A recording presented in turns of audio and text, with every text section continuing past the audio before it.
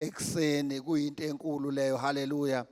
Ngelinye ilanga uJesu ukhulumile ngayo uMatha ekhathazekile ehlenyuka uMaria wakhetha ukuhlala enyaweni zenkosi. Uthi kuMatha ukhathazeka ngokuningi kodwa uMaria uye wakhetha ukuhlala enyaweni zenkosi. Haleluya. Ungakakhathazwa lutho nje oluningi, kuhle nje ukuthi uvuke ekseni uyoyihlalela enyaweni zenkosi. Haleluya. Kukhona uNkulunkulu asweze ukubusa ngakho ekseni. Haleluya. Sokelela ithuba kuNkulunkulu alimbula encekweni yakhe nasencekazini yakhe ubaba noMamahlaba. Liyithuba elikhulu bazingcwele, kumele silibambe ngezandla zombili. Ungayibuza bekungani sonke isikhathi engenzeki, wabona uNkulunkulu kumele kwenze ngalesi sikhathi. Haleluya. Ngoba kukhona le ndawo afuna futhi usikhuphulela kuyona. Haleluya. So kumele ke siyibambisise into nje mayivela uNkulunkulu singayiyekeli. Kukhona uNkulunkulu afuna ukusenzela khona 𝐿𝐶𝐾C ngegama lenkosi uJesu. Haleluya. uNkulunkulu mayezosebenza ke bangcwele ngathi nje uNkulunkulu unomgomo owodwa. Uma ezosebenza usebenza ngabantu. Haleluya. Akenze uNkulunkulu avele ehleni azozenzela into. Njalo uma ekhona into afuna ukuyidlulisa emhlabeni ungena kumuntu ayikhulume kanti ukhona into afuna ukusidlulisela yona. Haleluya. Nakulo mthandazo uyawabona ukuthi akakhulumi ukuthi awuqale kanti kukhona into afuna ukusibusisa ngayo ngegama lenkosi. Ngesikhathi ezokhipha uIsrayeli eGibhithe kwamele kuba akhulume noMose ngoba uNkulunkulu usebenza ngomuntu mayezokwenza into. Haleluya. So ke nathi ke namhlanje uNkulunkulu kusinikeza leli thuba lokuthi sithandaze kanti kukhona into afuna ukusenzela yona. Ngizophinda bazingcwele ngihlale ngisho ukuthi angikhulumi into entsha, angikhulumi nento mhlawumbe esimangalisa entsha, kodwa ngizokhumbusana nje lento engizoyikhuluma, ngizokhuluma yona lento onayo. Haleluya. Ngizovuselela ukuthi yona lento onayo uphinde uyivuselele uyisebenzise ikusebenzele. Haleluya. Njengoba abazali bethu bahlala bemalawa ngaphambili sebethatha lokhu uNkulunkulu avela asinikeze khona befuna futhi ukuthi basebenzise khona. Haleluya. Lithi izwi lenkosi ke uNkulunkulu ayikho into ayithatha kude, uma ezosisiza uthatha khona lapha kuthina aphinde asisize ngakho. Asitholeni izwi lenkosi ke kafishane ngoba okukakhulu akusikho ukushumayela ukucebisana ngamazwi enkosi kafushane bese siyathandaza. Namhlanje ngizokhuluma ngalomgomo wokukholwa noma lomgomo wezigaba uNkulunkulu okuyiwona esisebenza ngawo bese ngisiyathandaza sengikhulumile ngawo. Izwi lenkosi ezolifunda lilapha kuLuka chapter 6 uverse 45. Luke chapter 6 verse 45. Bese sifunda ke no John chapter 7 verse 38. Bese ngikhuluma kafushane bangcwele bese siyathandaza ngegama lenkosi. Haleluya. uLuke chapter 6 verse 45 ufundeka kanjena. Uthi umuntu omuhle uveza okuhle emfuyweni enhle yenhliziyo, nomubi uveza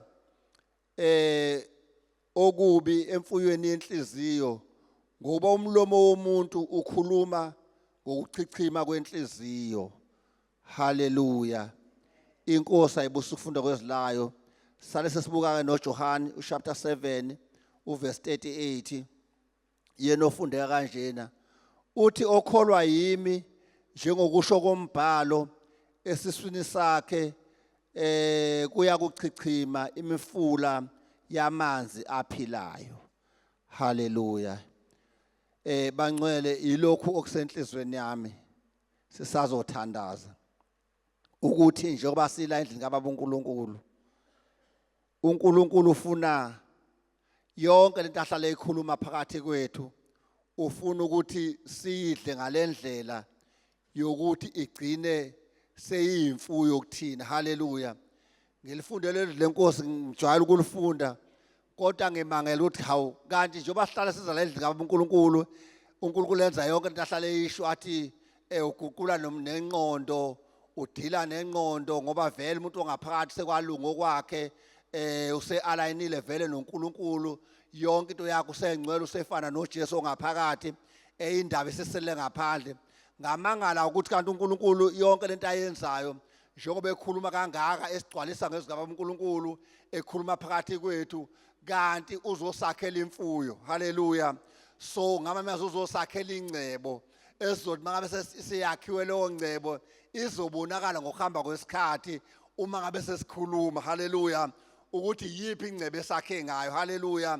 Uma ngabe sakhe ngengcebo le uNkulunkulu efanelekile eyizwi lakhe salidla igaba uNkulunkulu ngalendlela efanelekile sizochichima lona izigaba uNkulunkulu bese sikhuluma njengokuchichima kwenhliziyo. Ngamanye amazwi uNkulunkulu esihlanganisa ezothi azothandaza ikhona lento afuna sichichime yona. Haleluya. Ngoba zikhona izinto ezikhona emhlabeni engafuna ukuthi ziphambane nalento uNkulunkulu asiholela kuyona noma afuna sibe yona. Kodwa uNkulunkulu wakhetha ukuthi size la ngoba uthi umuntu nje odaliwe, umuntu ozelwe wesifazane ukhuluma njengokuchichima kwenhliziyo yakhe. Haleluya. Lento oyidlile iyona oyibhodlayo, lento okholelwa yona, lento ohlala ukhuluma yona ilento oyikhulumayo ilento osukuyidlile. Angeke ukhuluma into ongayazi, ngeke ukhuluma into ongakholelwa yiyona.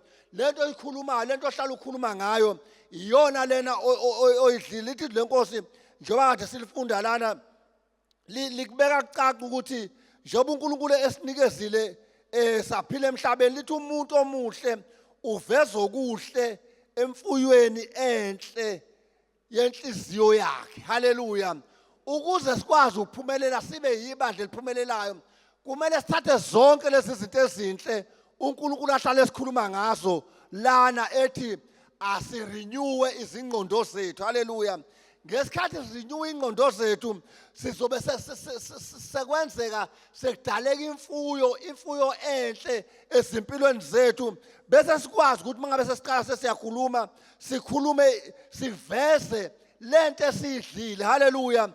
Uma ngabe sidle into kaNkulunkulu ngendlela efaneleyo sizokwazi ukuthi mangabe sikhulume njengokusho kaNkulunkulu, sikwazi ukuveza into uNkulunkulu asinike yaba imfuyo. Ngamanye amazwi ingcebo yethu ilele ekuthenini sizwa kanjani uma ngabe uNkulunkulu ekhuluma nathi. Haleluya. Ngoba nomuntu omubi naye uveza njengokuchichima kwenhliziyo yakho. Umuzwe umuntu ekhuluma ukuthi lona hayi yilento kayidlile, yilento ahlale ekhulumayo, lento ahlale ekholelwa yiyona, yiyo la ekhulumayo. Kodwa ke thina la endlini kaNkulunkulu, uNkulunkulu uzosakhela into eyodwa, sikhuluma ilanguage eyodwa. Ngoba ngibonile ukuthi emhlabeni ayikho into esirojwe kuyona, sirojwela ekhulumeni. Haleluya. Usatha nje urobhe ilanguage wathi yabona bazokhola impela bakwenze konke kodwa nje ilanguage yabo ngizoyibamba ingakhulumi njengokukholwa kwabo. Haleluya. Sikhuluma okunye bese sezokunye ngoba uSathane uyazi amandla okukhuluma noNkulunkulu uyawazi amandla okukhuluma. Haleluya. Yingakho uNkulunkulu mayezokwenza into ezinkulu akavele athi ayivele zenzeke, uqale akhulume. Haleluya. Ayikhulume aphinde ayikhulume abese yazenza. Wayenza nathi sibambe lowo mgomo wokukhuluma. Haleluya. Mayethi uNkulunkulu usidale ngomfanekiso wakhe, usidale ngomfanekiso wakhe ngempela. Ayikho futhi omunye umgomo ezowusebenzisa ngaphandle sisebenzise lo uNkulunkulu awusebenzisayo ukuthi akhulume ngaphambi kwezinto. Haleluya.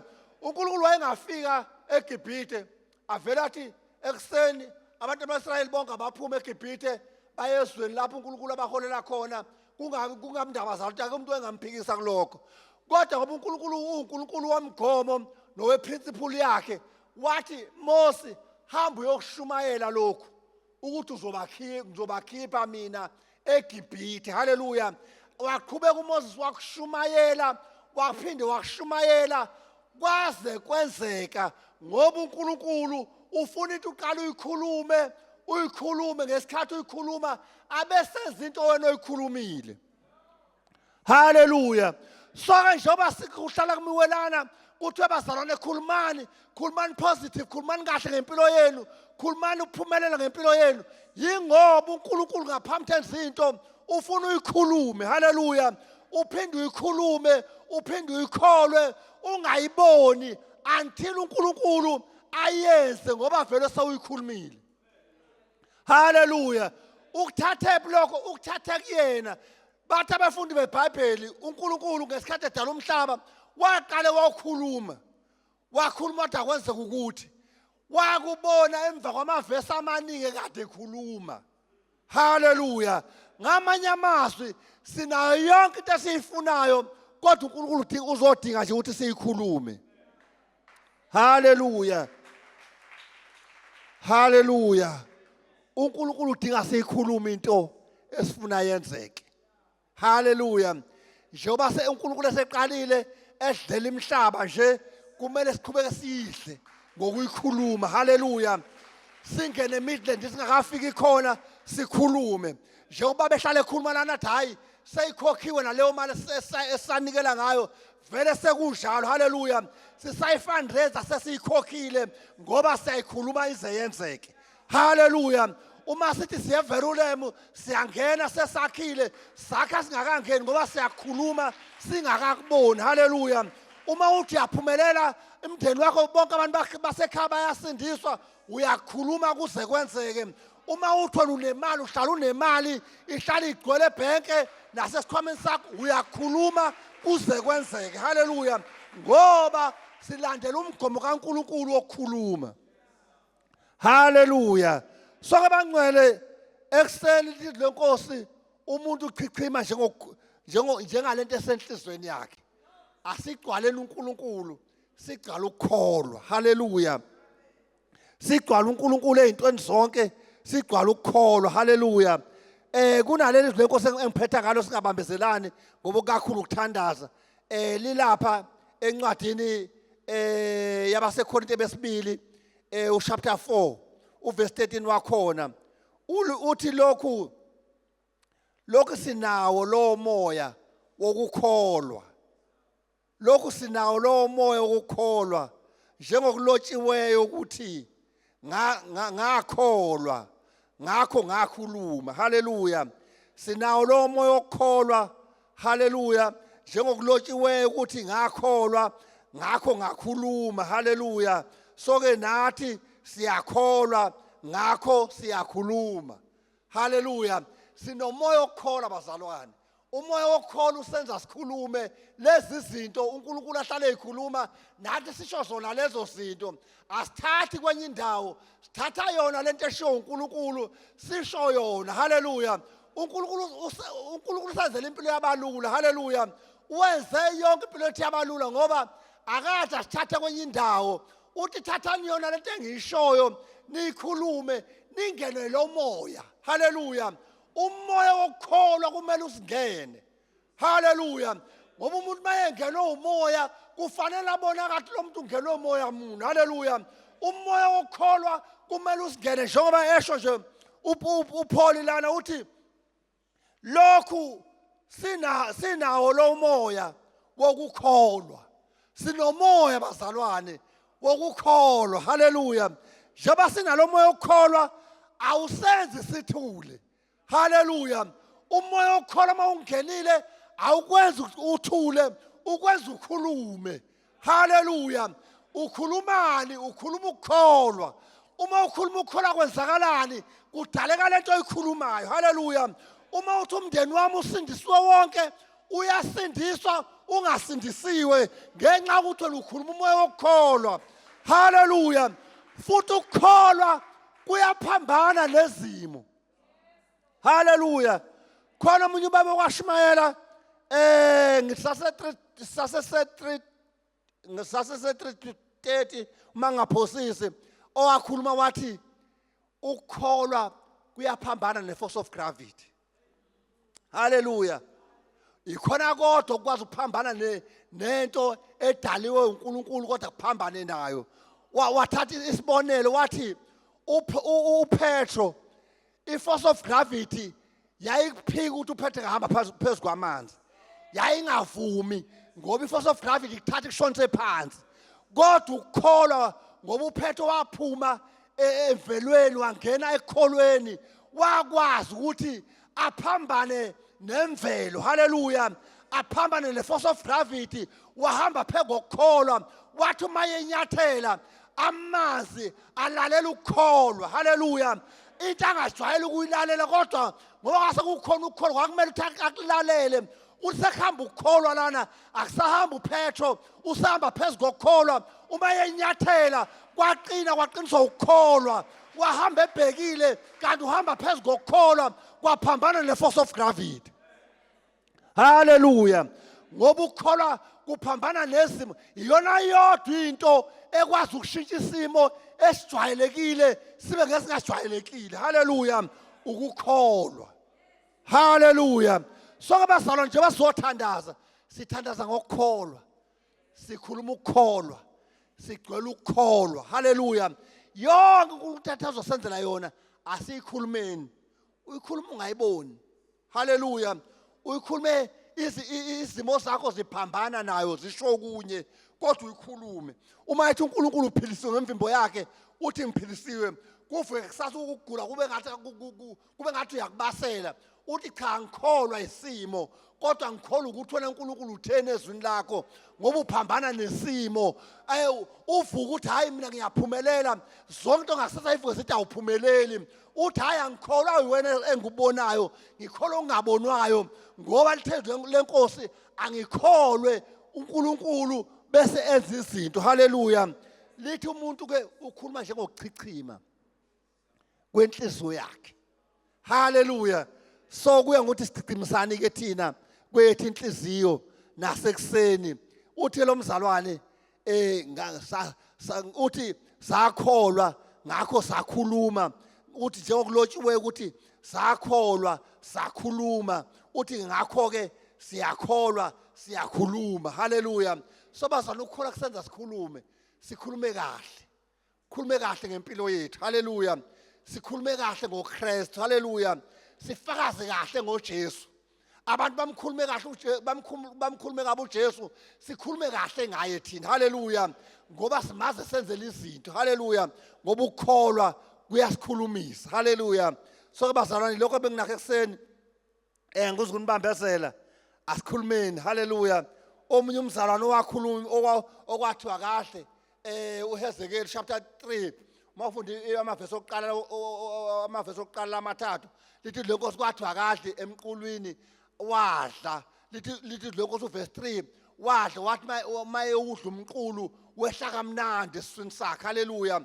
lithi lenkosi ke uma ngabe sewudla esiswini sakhe kuyogobhoza imfula yamanzi aphilayo haleluya uma usumudle kahle uNkulunkulu wamkholwa kahle uNkulunkulu uzokhuluma ukuphila lapho kunokufa khona haleluya ngoba udla ukuphila kuKristu so ke bazalwane ilamazwi abantu azokhuthazana ngawo amazwi ajwayelekile futhi amazwi ajwayelekile nakule pulpit engimi kuyona engimi ngaphansi kogcobolwayo ukuthi ayikho into ezosiza bazalwane asikholweni haleluya kuze kwashiyo kwathi wena uma ungayikholwa lento oyithandazayo kufana nokuthi uchitha isikhathi sakho kumele uyikholwe into oyishoyo asiyikholweni into esiyishoyo noma ngabuka ngasathi ubula ngasathi ayiyenzi sense asiyikholelweni khona lokho ukuthi kade ayiyenzi sense ngoba inamandla kakhulu uma ingawenzi isense engqondweni inamandla ekukholweni haleluya so ke bazalwane yilokho kusenhlizweni nami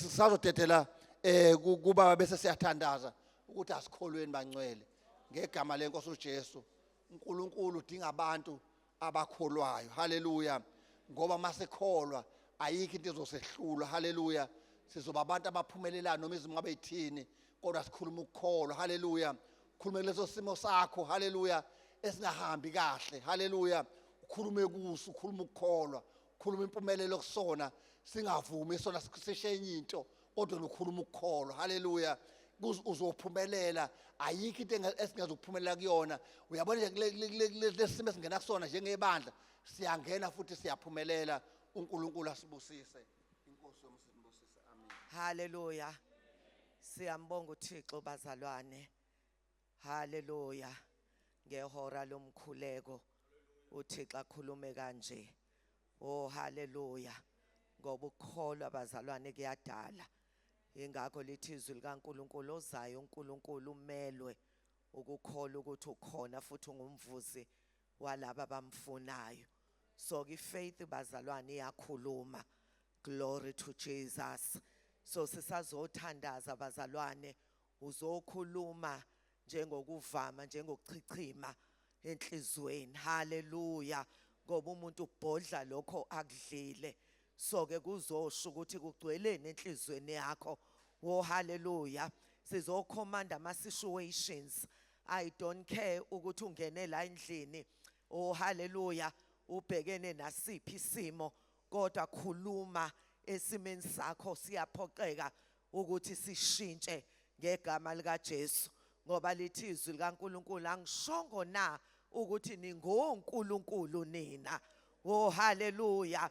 Asithandaze bazalwane, sinalelo gunya, asenze uphela sonwabe. Oh hallelujah. Kodwa we mean business. Oh hallelujah. Umuye emadolweni awatatazela amadimoni izimo ayitatazele zibe alert ukuthi kazi usezothini. Ngeke siye ebukhoneni bukaThixo siphume siyinto esiyiyo. The devil is a liar. Oh hallelujah, hallelujah. Uthe siyothi kule ntaba nqukuleka uphoseke olwandle. Ziyashintsha izimo ngegama lika Jesu. Oh hallelujah.